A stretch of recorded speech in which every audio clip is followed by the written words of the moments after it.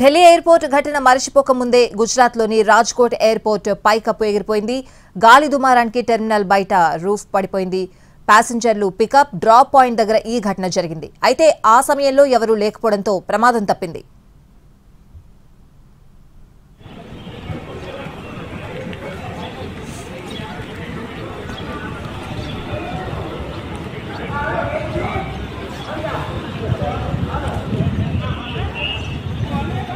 మొన్న మధ్యప్రదేశ్ జబల్పూర్ ఎయిర్పోర్ట్ లో పైకప్పు ఊడిపడింది. పార్కింగ్ లో ఉన్న ఓ కారు ధ్వంసమైంది. Car top తుక్కుతుక్కైంది.